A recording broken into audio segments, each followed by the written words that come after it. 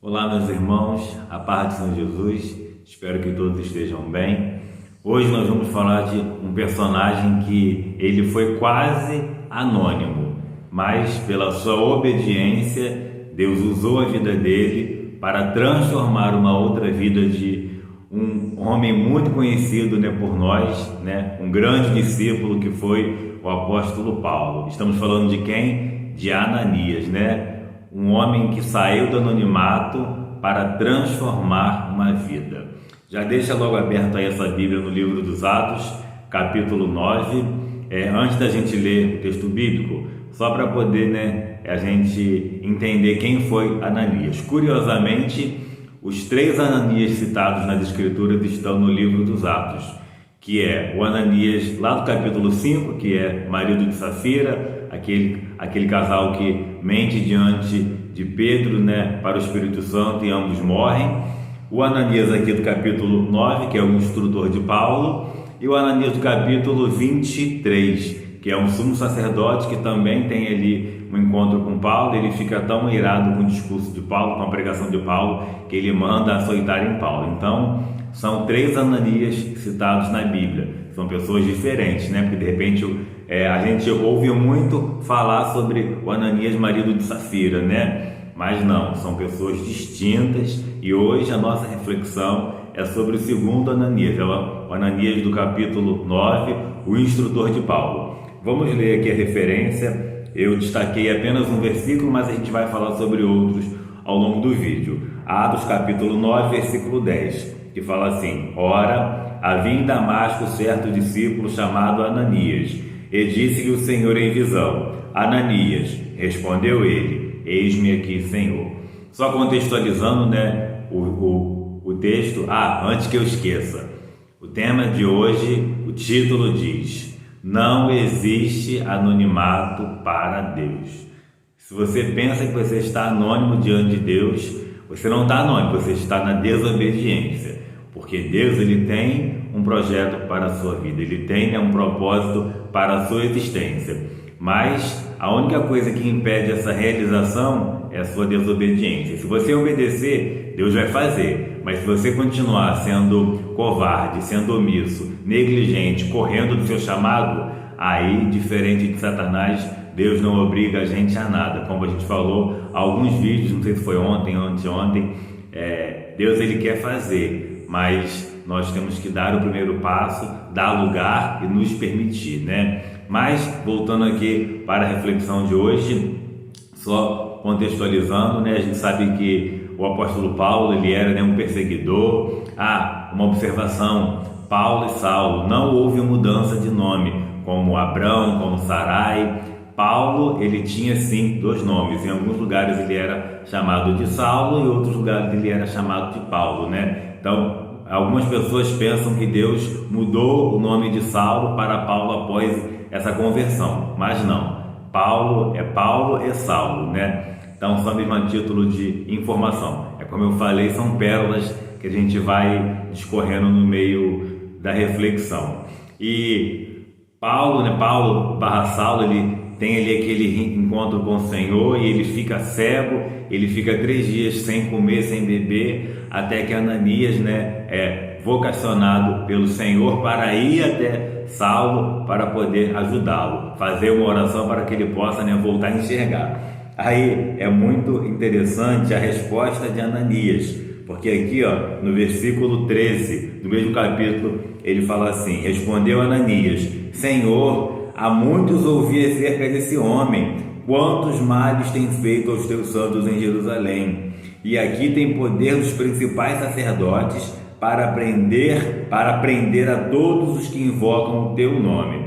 Então Ananias temia que aquela oportunidade, Saulo, ele viesse a fazer um grande mal, contra o povo de Deus. Mas havia ali uma transformação, acontecendo na vida de Saulo, e Ananias, ele seria, ali um instrumento importantíssimo para essa transformação. Vamos lá ao meu roteiro, o que eu quero começar falando, sobre a importância de se trabalhar está nos bastidores. O meu pastor, ele fala muito isso no último culto que nós tivemos de ensino, ele falou sobre isso. Quando você chega na igreja, a igreja está limpa, os bancos, as cadeiras estão limpos, banheiro lavado, né? Água abastecida, copo, lixeira vazia, tá tudo pronto para você chegar e cultuar o Senhor.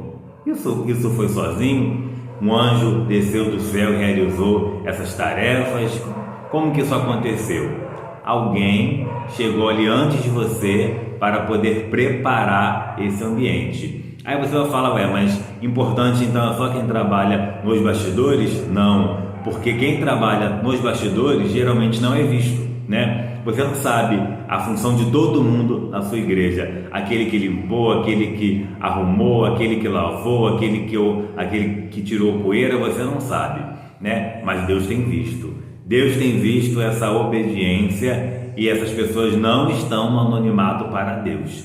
Assim como é importante aquele que está na direção do culto, aquele que vai cantar, os instrumentistas, aquele que faz a intercessão, aquele que vai ministrar a palavra, aquele que fica na porta, aquele que fica na cantina, aquele que serve água, que recolhe a oferta, todo mundo é importante. Mas todos esses que eu citei agora são vistos durante o culto, né? Eles estão ali, né, durante o ato de cultuar. Então, existe um grande grupo que está nos bastidores que também são importantes. Portanto, se você está trabalhando nos bastidores, você também está sendo visto pelo Senhor. Você não está no anonimato. Você não precisa ser uma grande personalidade para ser visto por Deus. Por que eu estou falando isso?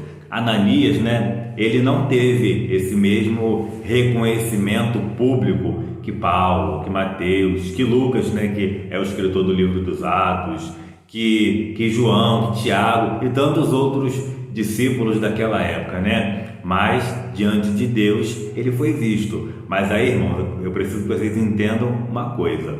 Eu não quero dizer que aquele, né, que acho que famoso dentro do reino de Deus é uma palavra quase que pejorativa, mas aquele que é uma personalidade, né? Aquele que é reconhecido, né? Ele também é usado por Deus. O próprio Paulo, Mateus, Lucas, Marcos, João, Tiago, todos esses que eu citei agora, eles foram usados por Deus também. Mas o que eu quero falar? Que todos os outros que não são personalidades conhecidas do grande público, mas esses também eram usados por Deus e não estavam no anonimato diante de Deus. O que eu quero falar para você? De repente, dentro da sua igreja ou dentro do teu círculo de amigos, né? Dentro do teu seio familiar, você não é, né, aquele que é reconhecido como o que prega bonito, o que fala bonito, o que tem a voz bonita, o que toca muito bem, mas enquanto você for obediente diante de Deus, Ele vai te usar assim como Ele tem usado esses que são reconhecidos.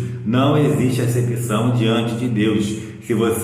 O que causa separação entre esses instrumentos diante de Deus é obediência e desobediência. Quem é obediente, Deus está vendo, Deus está usando. Quem é desobediente, Deus também está vendo, mas ele não está sendo instrumento, ele não está sendo usado. Essa é a única separação que existe. Mas diante de Deus, somos todos iguais, somos todos servos, somos todos instrumentos, proclamadores do Evangelho, vocacionados para levar a palavra de Deus de formas muito diferentes. Imagina se todo mundo pregasse, todo mundo cantasse. Não, cada um tem um chamado, cada um é vocacionado de uma forma. Paulo fala isso muito bem, mas não é o assunto de hoje. E como eu falei, você precisa ser obediente, independente se canta bem, se não canta bem, se fala bonito, se não fala bonito, se é eloquente, se não é eloquente. Deus quer te usar da forma que Ele quer, mas para isso você tem que ser obediente, assim como Ananias foi, né? Porque assim, imagina a situação dele, né? Deus manda ele até um homem que está perseguindo o povo santo. E Ananias fala: Senhor, mas eu tenho que ir mesmo, né? Não com essas palavras. Aí Deus vai e responde algo muito bonito no versículo 15. Disse-lhe, porém, o Senhor: vai, porque este é para mim um vaso escolhido para levar o meu nome perante os gentios e os reis e os filhos de Israel. Olha que bonito, né? Ananias foi a chave, né? Foi de suma importância para Deus iniciar ali essa transformação na vida de Paulo. Ananias foi a chave que abriu ali, né, a porta para que Paulo entrasse para o time ali de discípulos, de apóstolos, para poder propagar a palavra de Deus. Quem sabe Deus não quer te usar como chave para poder, né, trazer alguém que será ali usado para abençoar a vida de tantas outras pessoas. Quem sabe você não é esta pessoa que vai ser usado e tem alguém perto de você que Deus quer usar como chave também. Ore por esse motivo, ore com esse propósito. Mas aqui em questão estamos falando de chave. Imagina se Ana não entendesse que ela tinha que buscar um milagre diante de Deus, não para provar nada para Eucana, nem para Penina, nem para ninguém, mas por obediência a Deus e para mostrar, né, às pessoas que Deus era um Deus que abria madre de uma mulher estéril. Olha quem foi Samuel. Ana foi a chave, né? Ana foi a chave para que Samuel fosse esse grande homem que a história bíblica nos mostra. E aqui Ananias também foi essa chave. Que possamos orar com esse propósito, que sejamos chaves na vida de pessoas para serem usadas por Deus. Aí Ananias ele obedece, né, nas pequenas coisas. Imagina se Deus te fala assim: Ananias, vai lá no Areópago e prega para 5.000 pessoas. Ananias ia todo pomposo, né? Opa, eu estou recebendo uma oportunidade, eu estou recebendo aqui agora, né, um reconhecimento. Mas não, Deus manda Ananias ir para fazer uma oração por um homem. Ananias foi, porque ele obedeceu nas pequenas coisas. De repente você acha que obedecer, né, ali nos bastidores, nas pequenas coisas, não é importante, né? Você está dando de ombro. Ah, não, se o pastor não está, eu não vou. Se o líder não vai, eu não quero ir. Não, irmãos, nós temos que ser obedientes também nas pequenas coisas, principalmente nas pequenas coisas. Sabe por quê? É na obediência das pequenas coisas que o reino cresce. É na obediência das pequenas coisas que Deus opera maravilhas de forma grandiosa. Sabe por quê? Grande não é o que a gente faz, é o que Deus faz. É como diz a letra da música: que diminua a gente e que cresça Ele.